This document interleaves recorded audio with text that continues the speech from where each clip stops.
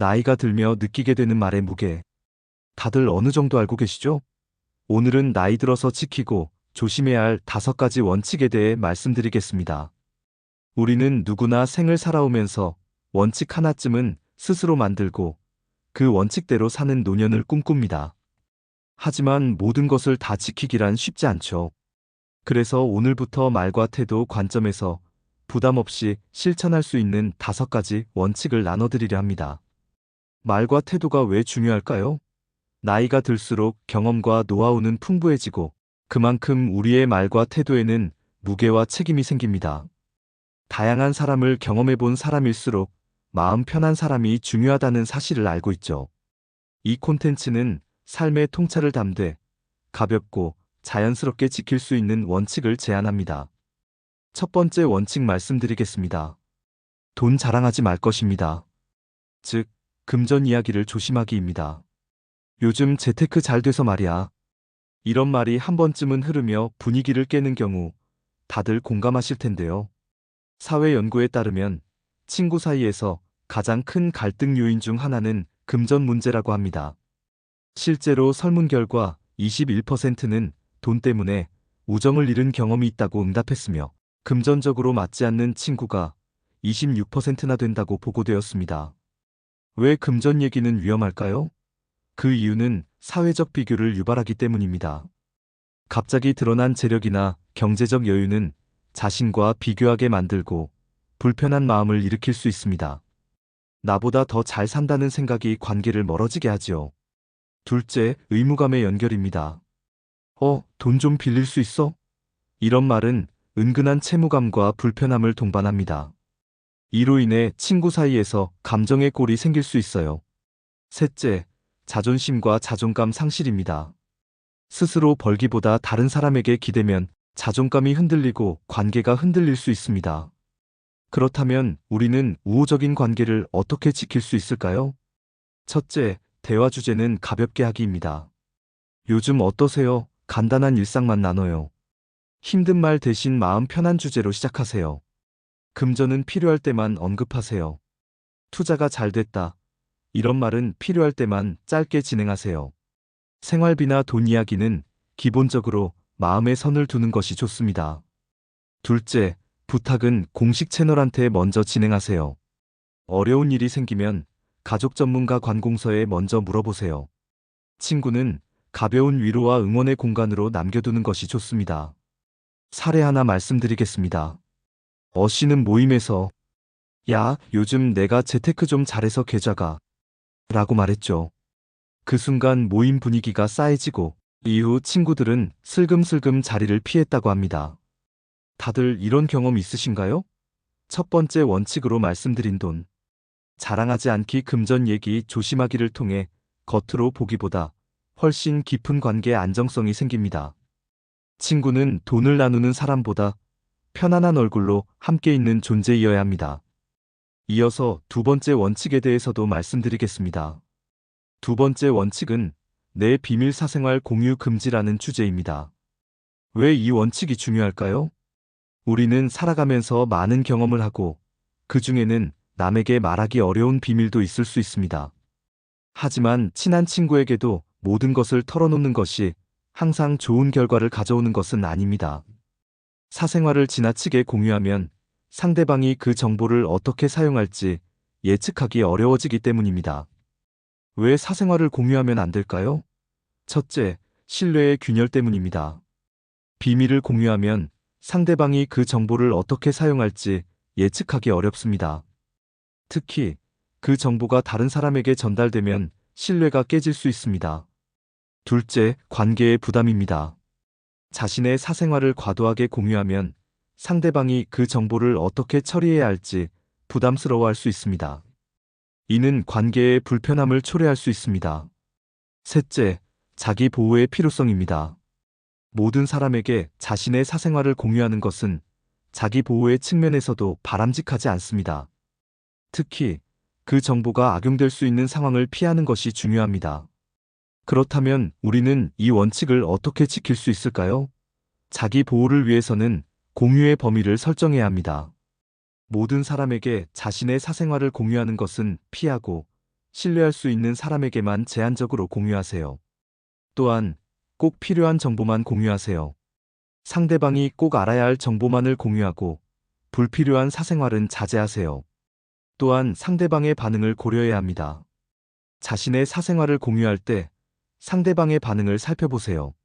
상대방이 불편해하거나 부담스러워하는 기색이 보이면 더 이상 공유하지 않는 것이 좋습니다. 사례 하나 말씀드리겠습니다.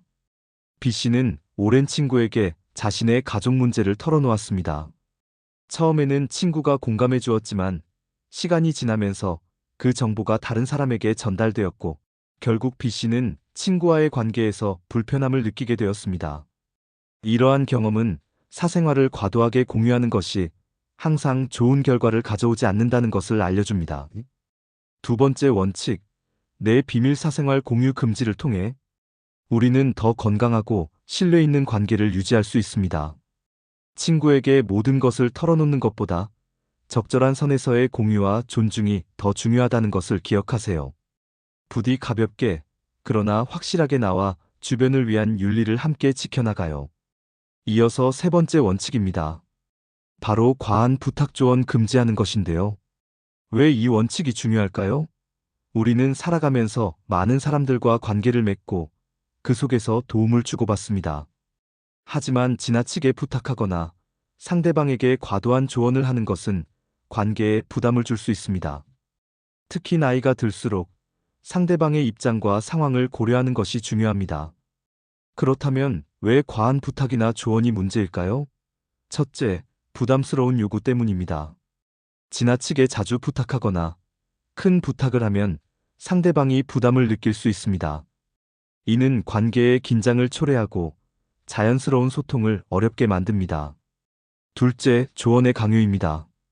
자신의 경험을 바탕으로 조언을 하는 것은 좋지만 이를 강요하거나 상대방이 원하지 않을 때는 문제가 될 수 있습니다. 조언을 받는 사람은 자신의 상황과 감정을 고려하여 받아들여야 하기 때문입니다. 셋째, 자율성 침해입니다. 과도한 부탁이나 조언은 상대방의 자율성을 침해할 수 있습니다. 이는 상대방이 스스로 결정을 내리는데 어려움을 겪게 만들 수 있습니다. 이를 어떻게 지킬 수 있을까요?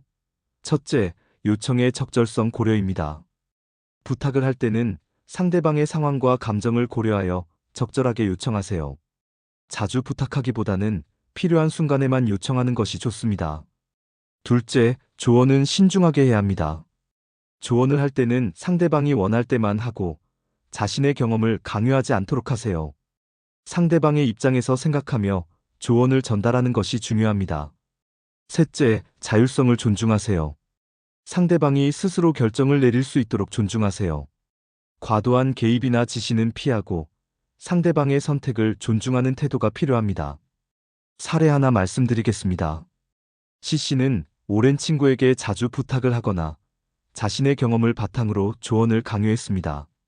처음에는 친구가 이를 받아들였지만 시간이 지나면서 친구는 점점 C씨와의 관계를 피하게 되었습니다.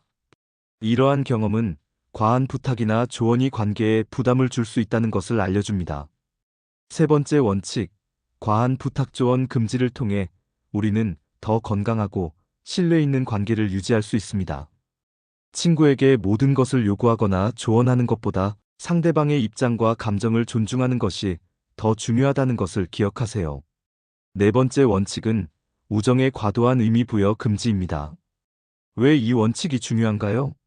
우리는 살아가면서 많은 사람들과 관계를 맺고 그 속에서 우정을 쌓아갑니다.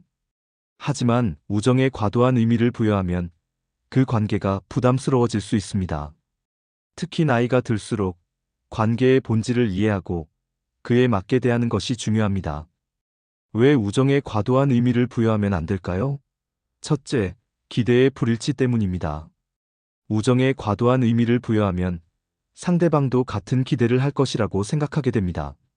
하지만 사람마다 우정에 대한 생각과 기대가 다르기 때문에 이로 인해 갈등이 생길 수 있습니다.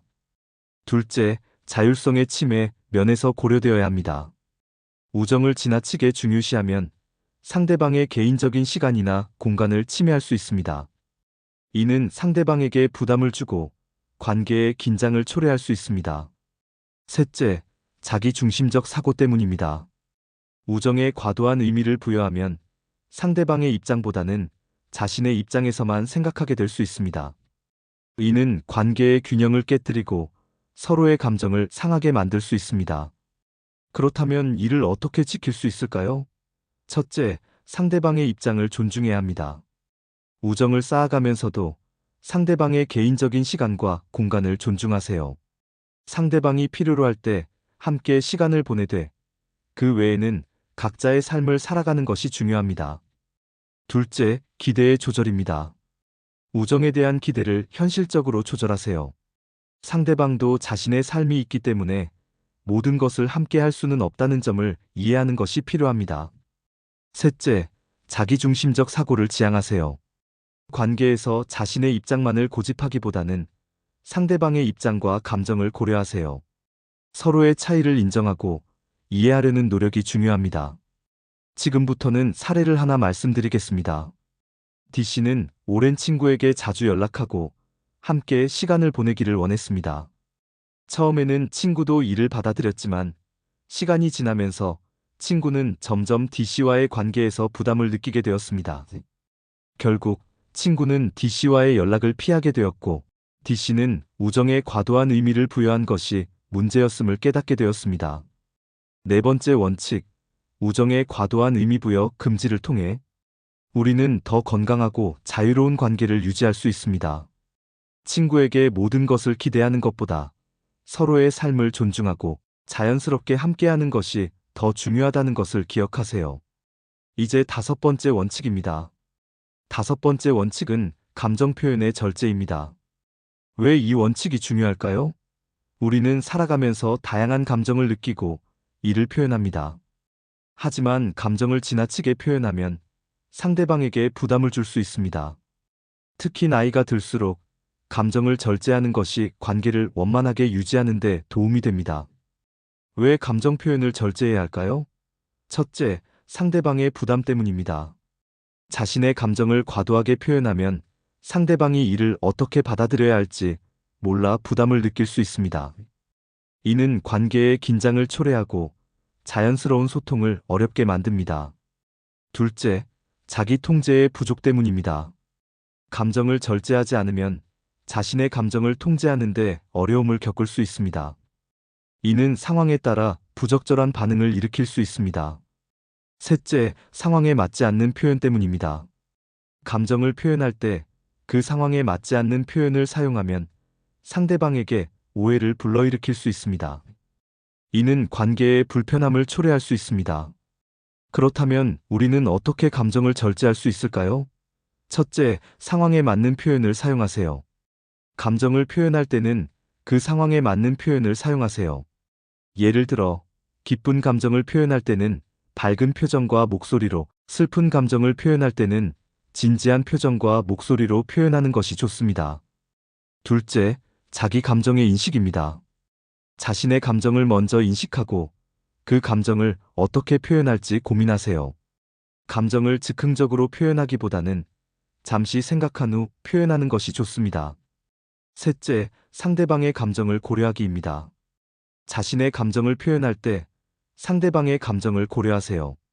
상대방이 불편해하거나 부담스러워하는 기색이 보이면 감정을 표현하는 방식을 조절하는 것이 필요합니다. 사례를 하나 말씀드리겠습니다. 이 씨는 오랜 친구에게 자신의 감정을 자주 표현했습니다.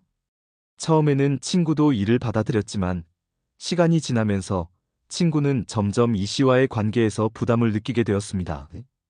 결국 친구는 이 씨와의 연락을 피하게 되었고 이 씨는 감정을 절제하지 않은 것이 문제였음을 깨닫게 되었습니다. 다섯 번째 원칙, 감정 표현의 절제를 통해 우리는 더 건강하고 원만한 관계를 유지할 수 있습니다. 감정을 표현하는 것은 중요하지만 상대방과 상황을 고려하여 절제하는 것이 더 중요하다는 것을 기억하세요. 이로써 나이 들어서 지키고 조심해야 할 다섯 가지 원칙을 모두 말씀드렸습니다. 오늘도 함께 해주셔서 감사합니다. 우리가 나이를 먹어가며 더 소중히 해야 할 것들, 그중 하나가 바로 서로를 존중하고 배려하는 마음 아닐까요? 작은 말 한마디, 따뜻한 태도 하나로도 우리의 관계는 더욱 깊어질 수 있습니다. 앞으로도 함께 나누고 싶은 이야기들이 많습니다.